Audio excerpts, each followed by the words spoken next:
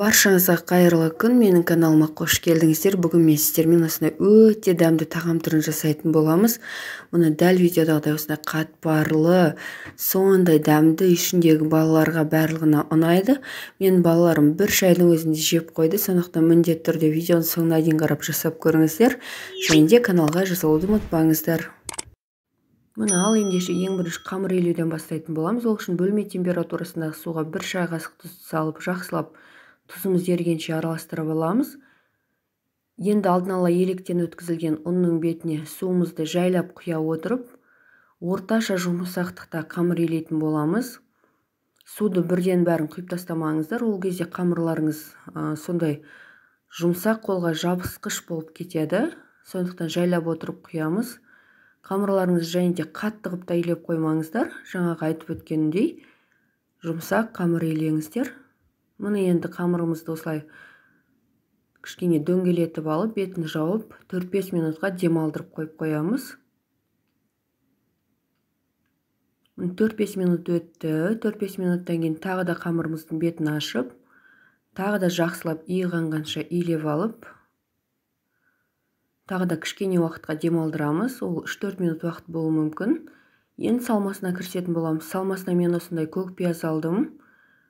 Барынша көк пияз алуға тырысыңыздар. Көк пиязбен нандарыңыз өте дәмді болып шығады, ерекше болып шығады. Бұны дәл видеодағыдай майда бөліктерге бөліп турап алатын боламыз. Енді көк пиязды шұңғыр ыдысымызға орналастырып, бетіне дәміне қарай тұзды және бұрышын саламыз. Көп салып жібермеңіздер, ашыт болып кетпесін.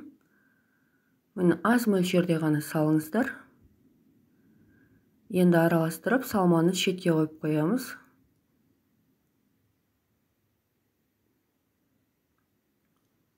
Мұны менде мұнда қамыр жақсылап демалды. Енді осы қамырды мен 6 бөлікке бөлемін. Сіздерге қандай көлемде нан керек, сонша бөлікке бөліп аласыздар. 8 бөлікке бөлсеңіздер де болады. Мұны менде қамыр қолға жабыспайды. Жақсылап демалғаннан кейін жұмыс жасауға да ыңғайлы болып қалды. Енді дәл видеодағыдай осылай домалақтатып, бетін жауып қоямыз. Және де шетінен ғана қамырымызды ала отырып, ең алдымен қолымыздың көмегімен, ары қарай оқтаудың көмегімен жұқа қамыр жайып алатын боламыз.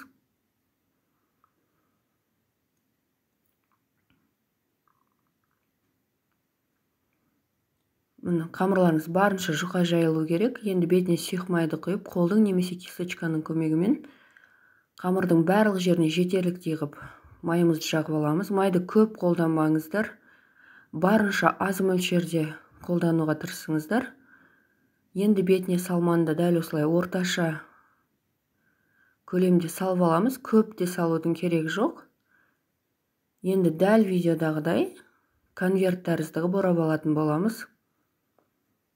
Мұны мен қалған 6 бөлігінде дәл осылай конверт тәрізді қып орап алдым. Енді осы нандарымызды қуыратын боламыз. Ол үшін табамызды отқа қойып, үстіне кішкене ғана сұйық май құямыз. Менде мұнда 40 миллиграмдай ғана сұйық май құйылды. Сұйық майды айтып өткенімде көп мөлшерде пайдаланбаңыздар. Мен мұнда кішкене көбірек құйып қойыппын.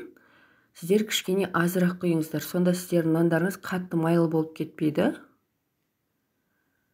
Мұны кішкене ғана қамырымыздың, яғни нанымыздың бір шеті қызарған кезде екінші бетіне аударамыз. Мұны екінші беті де жақсы қызарған кезде тағы да аударып аламыз. Дәл осылай 2-3 рет аудара отырып, біз нанымызды пісіріп алатын боламыз. Мұны менде бірінші нандарым пісіп қалды.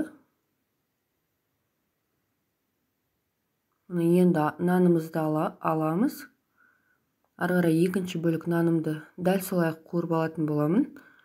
Мұны міндетті түрде барынша осылай қағаз сүлгінің үстіне қойыңыздар. Сол кезде артық майларды қағаз сүлгіміз өзіне сіңіріп алатын болады.